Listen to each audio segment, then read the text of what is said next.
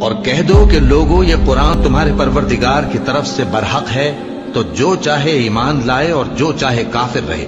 ہم نے ظالموں کے لیے دوزخ کی آگ تیار کر رکھی ہے جس کی قناتیں ان کو گھیر رہی ہوں گی، اور اگر فریاد کریں گے تو ایسے کھولتے ہوئے پانی سے ان کی داد رسی کی جائے گی جو پگھلے ہوئے تانبے کی طرح گرم ہوگا اور جو ان کے چہروں کو بھون ڈالے گا۔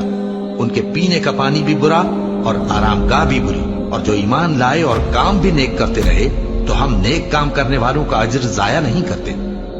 ایسے لوگوں کے لیے ہمیشہ رہنے کے باغ ہیں جن میں ان کے محلوں کے نیچے نہریں بہ رہی ہیں، ان کو وہاں سونے کے کنگن پہنائے جائیں گے اور وہ باریک دیبا اور اطلس کے سبز کپڑے پہنا کریں گے